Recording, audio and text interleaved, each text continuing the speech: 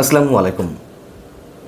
প্রধান উপদেষ্টার পদ থেকে ডক্টর মোহাম্মদ ইউনূসের পদত্যাগের যে বিষয়টি তা স্রেফ একটা নাটক ছিল এবং সেই নাটকটি মারাত্মকভাবে ফ্লপ করেছে।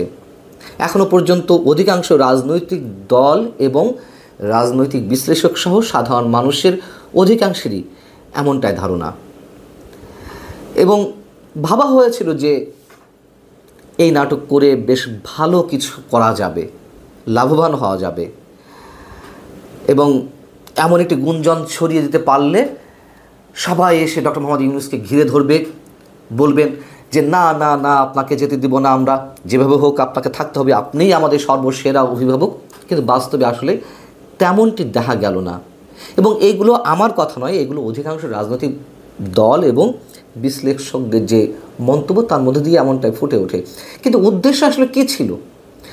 বিষয়টি যতটা এখনও পর্যন্ত যতটা জানা যাচ্ছে যে ডক্টর মোহাম্মদ ইউনূস তার অনুগত বা তার নিয়োগকর্তা ছাত্রদের ডেকে তিনি বললেন যে তোমরা এমন করছো কেন, এমন করলে তো আমি থাকবো না, আমি পদত্যাগ করব, অভিমানের সঙ্গে সম্ভবত বলছিলেন।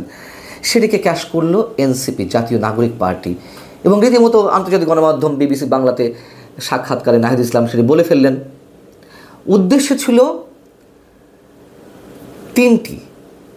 একটি হচ্ছে এটি করে একটি বিশেষ মহলকে উত্তেজিত করে সেনাবাহিনীর বিরুদ্ধে উস্কানি দিয়ে মোটামুটি সেনাবাহিনীকে একটা নাস্তানুবোধ অবস্থায় নিয়ে যাওয়া।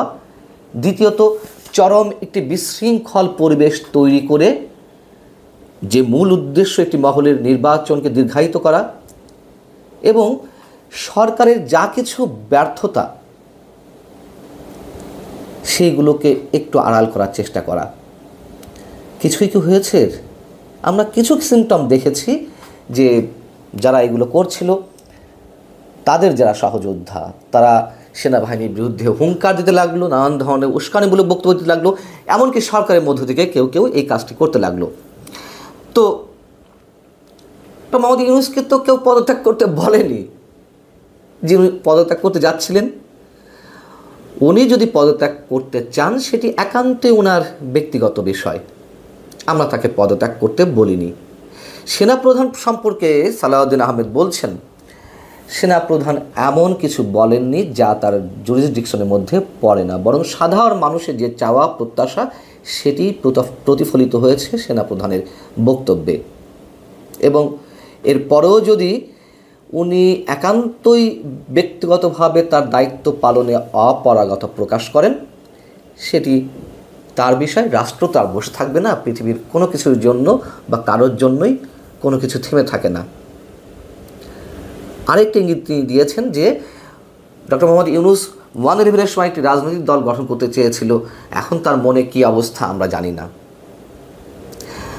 বিবিসিকে বিএনপির কোনো নেতা বলছেন নির্বাচনের সুনির্দিষ্ট রোডম্যাপ ও 3 জন উপদেষ্টার পদত্যাগের যে দাবি ছিল তাদের, সেই ভাবনা থেকে বা এই ভাবনাগুলো আড়ালে নেওয়ার জন্য, বিতর্কগুলো এড়ানোর জন্য এমন একটি নাটক করা হয়েছে। এবং মাহমুদুর রহমান মান্না কি বলছেন আরেকটি টেলিভিশনে, একটি টক শোতে, বাংলা ভিশনে, তিনি বলছেন যে এনসিপিকে প্রমোট করেছে ডক্টর মোহাম্মদ ইউনূস। 52 থেকে আজ অবধি, 52 ভাষা আন্দোলন থেকে আজ অবধি বাংলাদেশে যতগুলো আন্দোলন হয়েছে তার নেতৃত্ব তো ছাত্ররাই ছিল, কিন্তু সেই ছাত্ররা কখনো ক্ষমতায় বসতে চায়নি, রাজনৈতিক দল গঠন করেনি। রাজনৈতিক দল গঠন করলেও তারা ক্ষমতায় যাওয়ার জন্য অতটা উদ্গ্রীব হয়ে ওঠেনি। কিন্তু 24-এর আন্দোলনের ছাত্ররাই তারা যে টার্গেট নিল ক্ষমতায় যাওয়ার, সেটিকে উৎসাহিত করেছেন ডক্টর মোহাম্মদ ইউনূস। উনি যদি পদত্যাগ করতে চানই সত্যি সত্যি, তাকে দড়ি দিয়েও কেউ বেঁধে রাখতে পারবে না। এবং উনি যেটি বলেছেন সেটি কথার কথা, এমনটাই মাহমুদুর রহমান মান্নার, মানে জাতীয় ঐক্যের মাহমুদুর রহমান মান্নার ব্যাখ্যা। এখন জামায়াতে ইসলামী কি বলছে? জামায়াতে ইসলামী একটা সর্বদলীয় আলোচনা সভার আহ্বান জানালো। এবি পার্টি কী করলো? সংবাদ সম্মেলন করে তারা বলল যে অন্তর্বর্তীকালীন সরকারের যে সব উপদেষ্টার কারণে জাতীয় ঐক্য বিনষ্ট হয়েছে এবং তারা বিভিন্ন বিতর্কিত কিছু করতে গিয়ে সব ভাব বেরিয়ে আসছে। বিষয়টি এরকম। হেফাজতে ইসলামী বলল ডক্টর মোহাম্মদ ইউনূস আমাদের অভিভাবক আর সেনাপ্রধান আমাদের স্তম্ভ। গণ অধিকার পরিষদ একটু সম্মান জানিয়ে কথা বলেছে ডক্টর মোহাম্মদ ইউনূসের প্রতি, না না স্যার আপনাকে যেতে দেবো না, আপনি যে দায়িত্ব নিয়ে এসেছেন তা আপনাকে পালন করতে হবে। আর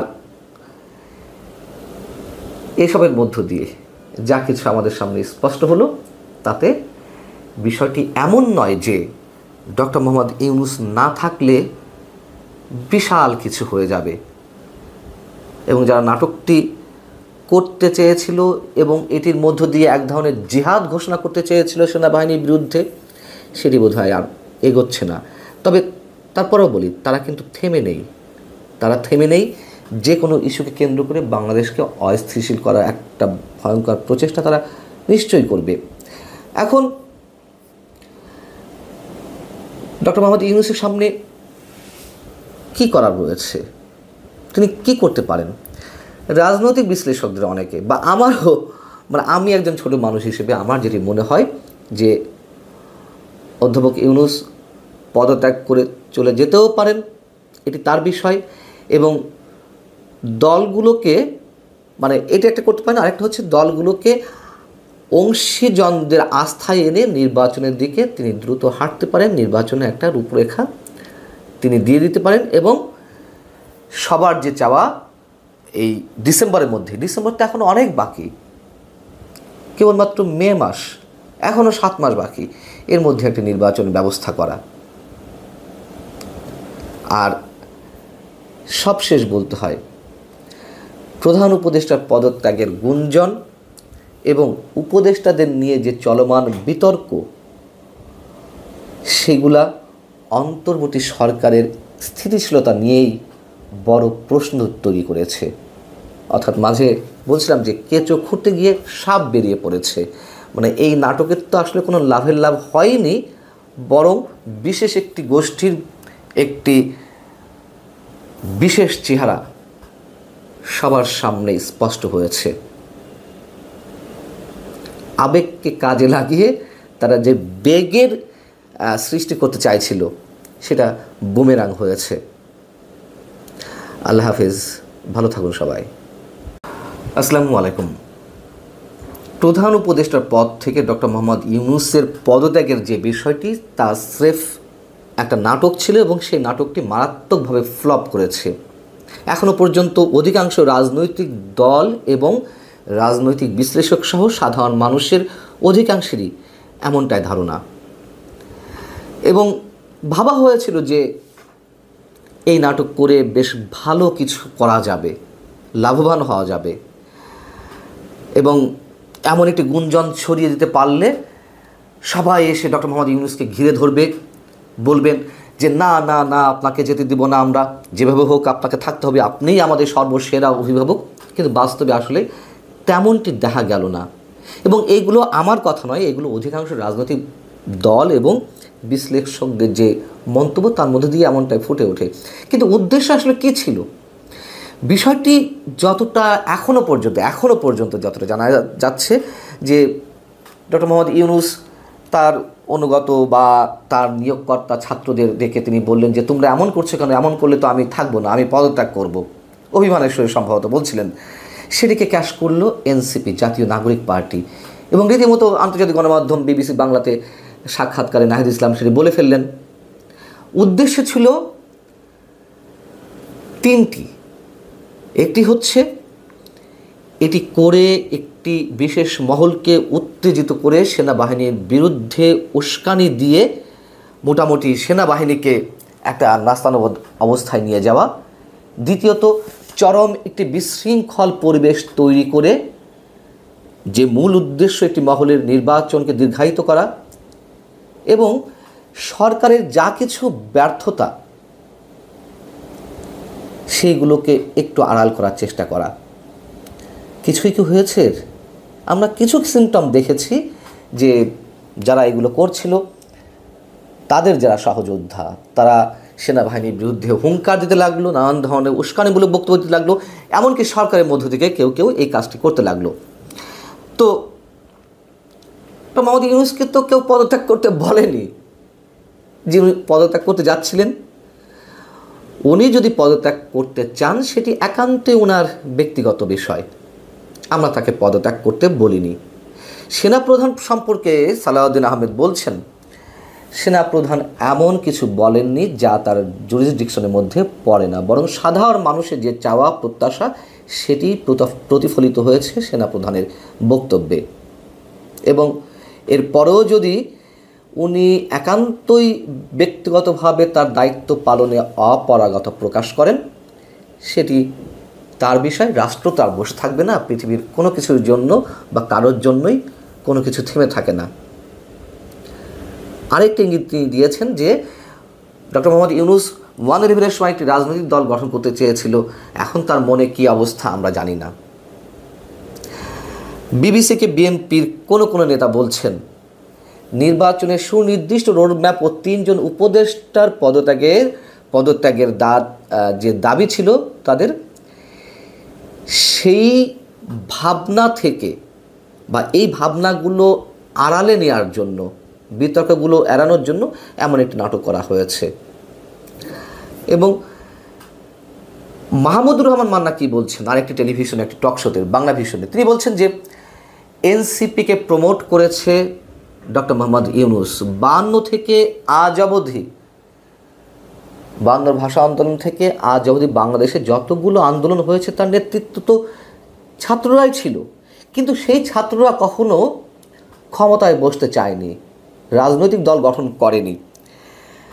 রাজনৈতিক দল গঠন করলেও তারা ক্ষমতায় যাওয়ার জন্য অতটা উদ্গ্রীব হয়ে ওঠেনি। কিন্তু 24-এর আন্দোলনের ছাত্ররাই তারা যে টার্গেট নিল ক্ষমতায় যাওয়ার, সেটিকে উৎসাহিত করেছেন ডক্টর মোহাম্মদ ইউনূস। উনি যদি পদত্যাগ করতে চানই সত্যি, তাকে দড়ি দিয়েও কেউ বেঁধে রাখতে পারবে না। এবং উনি যেটি বলেছেন সেটি কথার কথা, এমনটাই মাহমুদুর রহমান মান্নার, মানে জাতীয় ঐক্যের মাহমুদুর রহমান মান্নার ব্যাখ্যা। এখন জামায়াতে ইসলামী কি বলছে? জামায়াতে ইসলামী একটা সর্বদলীয় আলোচনা সভার আহ্বান জানালো। এবি পার্টি কী করলো? সংবাদ সম্মেলন করে তারা বলল যে অন্তর্বর্তীকালীন সরকারের যে সব উপদেষ্টার কারণে জাতীয় ঐক্য বিনষ্ট হয়েছে এবং তারা বিভিন্ন বিতর্কিত কর্মকাণ্ড করতে গিয়ে সব ভাব বেরিয়ে আসছে, বিষয়টি এরকম। হেফাজতে ইসলামী বলল, ডক্টর মোহাম্মদ ইউনূস আমাদের অভিভাবক আর সেনাপ্রধান আমাদের স্তম্ভ। গণ অধিকার পরিষদ একটু সম্মান জানিয়ে কথা বলেছে ডক্টর মোহাম্মদ ইউনূসের প্রতি, না স্যার, আপনাকে যেতে দেবো না, আপনি যে দায়িত্ব নিয়ে এসেছেন তা আপনাকে পালন করতে হবে। আর এসবের মধ্য দিয়ে যা কিছু আমাদের সামনে স্পষ্ট হলো, তাতে বিষয়টি এমন নয় যে ডক্টর মোহাম্মদ ইউনূস না থাকলে বিশাল কিছু হয়ে যাবে। এবং যারা নাটকটি করতে চেয়েছিল এবং এটির মধ্য দিয়ে এক ধরনের জিহাদ ঘোষণা করতে চেয়েছিল সেনাবাহিনীর বিরুদ্ধে, সেটি বোধহয় আর এগোচ্ছে না। তবে তারপরেও বলি, তারা কিন্তু থেমে নেই। যে কোনো ইস্যুকে কেন্দ্র করে বাংলাদেশকে অস্থিতিশীল করার একটা ভয়ঙ্কর প্রচেষ্টা তারা নিশ্চয়ই করবে। এখন ডক্টর মোহাম্মদ ইউনূসের সামনে কি করার রয়েছে, তিনি কি করতে পারেন?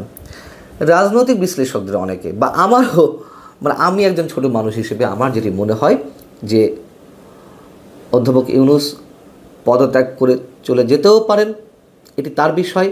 এবং দলগুলোকে, মানে এটা একটা করতে পারেন, আরেকটা হচ্ছে দলগুলোকে অংশীজনদের আস্থায় এনে নির্বাচনের দিকে তিনি দ্রুত হাঁটতে পারেন, নির্বাচনে একটা রূপরেখা তিনি দিয়ে দিতে পারেন। এবং সবার যে চাওয়া, এই ডিসেম্বরের মধ্যে, ডিসেম্বর তো এখনও অনেক বাকি, কেবলমাত্র মে মাস, এখনও 7 মাস বাকি, এর মধ্যে একটি নির্বাচন ব্যবস্থা করা।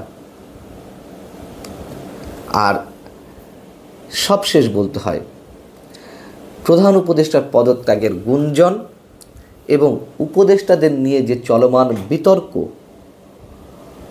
সেগুলা অন্তর্বর্তী সরকারের স্থিতিশীলতা নিয়েই বড় প্রশ্ন তৈরি করেছে। অর্থাৎ মাঝে বলছিলাম যে কেঁচো খুঁড়তে গিয়ে সাপ বেরিয়ে পড়েছে। মানে এই নাটকের তো আসলে কোনো লাভ হয়নি, বরং বিশেষ একটি গোষ্ঠীর একটি বিশেষ চেহারা সবার সামনে স্পষ্ট হয়েছে। আবেগকে কাজে লাগিয়ে তারা যে বেগের সৃষ্টি করতে চাইছিল সেটা বুমেরাং হয়েছে। আল্লাহ হাফিজ, ভালো থাকুন সবাই।